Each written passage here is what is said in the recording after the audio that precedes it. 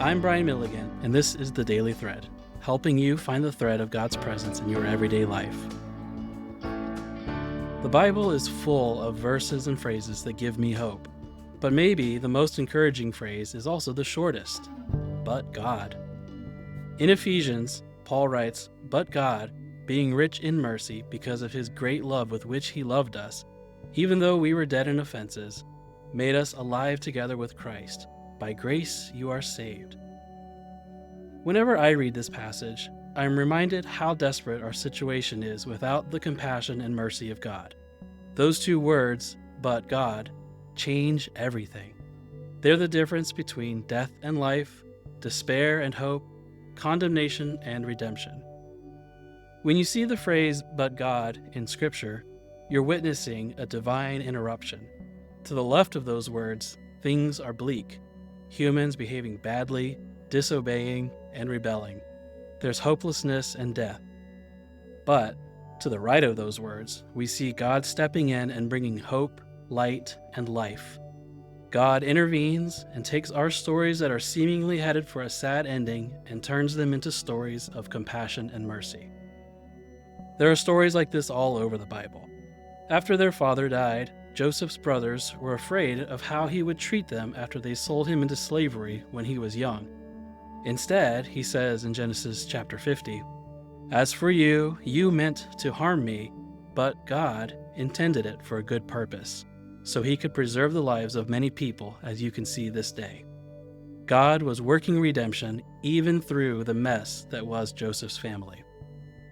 Psalm 73:26 says, "My flesh and my heart may grow weak, but God always protects my heart and gives me stability. Time and time again, but God turns the tide from what I cannot do to what he can do and has already done." Now back to Ephesians 2. We're reminded of our reality apart from God's mercy. We're spiritually dead and enslaved to sin. There's nothing we could do on our own to get ourselves out of that mess. Then Paul says, "But God." Out of his compassion and mercy, God makes the dead alive again. Now, his compassion isn't reserved just for the moment of salvation. It's a constant we should recognize in our daily lives. Like Joseph, we should trust that God is working for us through tough times for good. When we face troubles like sickness, distress, or disappointments, we can remember Paul's words in 2 Corinthians 7. "Our body had no rest at all, but we were troubled in every way. Struggles from the outside, fears from within. But God, who encourages the downhearted, encouraged us." And then when we share our testimony with others, we can trust that God will cause fruitfulness, like in 1 Corinthians 3. "I planted, Apollos watered, but God caused it to grow."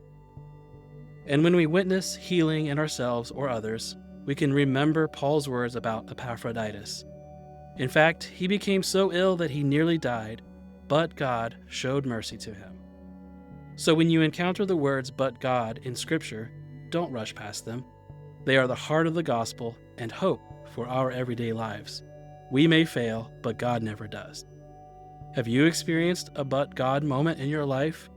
If you have, take some time to thank him for getting you through. Maybe you're still waiting for a "but God" moment to pull you out of what looks like a dead end. Remember that he is so faithful, and you can be confident that his compassion and mercy will come through. The Daily Thread is a podcast of the Zephyr Hills Alliance Church. To find out more about the ministries of our church, find us on Facebook or on our website, zaccma.org.